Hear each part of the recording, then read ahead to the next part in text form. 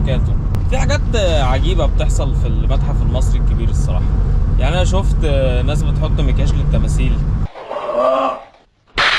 ومن كام يوم شفت الراجل اللي قرا قرآن في المتحف. انت بتهزر يا ابني. ده غير الزحمة والفوضى. هو ماله عامل زي السوق كده. هي مالها قلبت سويقة ليه كده؟ هي زريبه يا حبيبي، هي زريبه دي. يعني حاجات غريبة جدا. طبعا كانت نتيجة الحاجات الغريبة دي انه بقى في بقى ايه كوتا للمصريين وكوتا للاجانب والعرب. طبعا كوتا الاجانب والعرب اكبر بحكم ان احنا محتاجين العملة الاجنبية، وبحكم ان المصريين برضو بيتصرفوا تصرفات عجيبة. انا مانيش فاهم، يعني مش فاهم اللي بيحطوا مكياج للتماثيل دول يعني بيفكروا في ايه. طيب انا مانيش فاهم. وبعدين ايه الاريحيه اللي هم بيحطوا بيها دي؟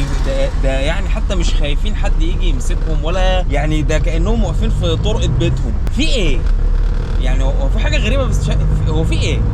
في ايه يعني؟ لو الراجل اللي كان بيقرا قران بصوت عالي قدام في ايه برضه؟ مش فاهم يعني. انا مش شايف ابدا ان التصرف بتاع قرايه القران في المكان ده يعني تصرف صح بصراحه.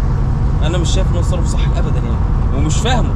هتقولي ازاي يا عمرو يا كافر يا ملحد يا طيب ماشي، تصرف صح. هيروح بكره الصبح واحد يقعد يقرا بقى ترانيم قدام التماثيل.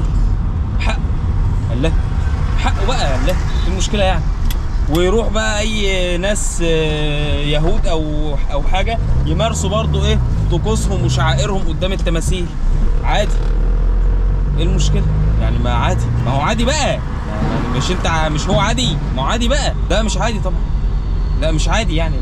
ومش عادي ومش مفهوم الاثنين يعني. لا هو عادي ولا هو مفهوم. ما مش فاهمه. كان هل مثلا بيهدف من التصرف ده ان التماثيل دي اسلم مثلا، او ان هو السياحي اسلم يعني مش فاهم والله، ما فاهم فعلا يعني، مش فاهم.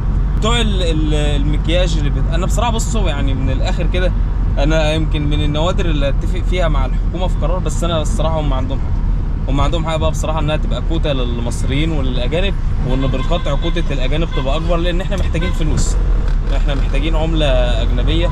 فهم الصراحه لا، هم عندهم حق الصراحه يعني، هم عندهم حق. هذا والله على ما اقول شهيد والله يعني. انا بقول الكلام ده انا ضميري مرتاح بصراحه.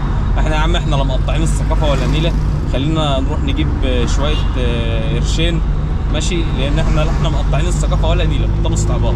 وبعدين اللي انا شايفه ده انا مش ثقافه، انا شايف ناس بتحط ليب جلوس للتماثيل، مش فاهم انا. وهل يجرؤ حد منهم يعمل الكلام ده بره؟ هل يجرؤ العيال اللي كانوا بيحطوا المكياج ولا الافندي اللي كان واقف بيقرا، هل يجرؤ انه يعمل الكلام ده بره؟ مش عارف. ولسه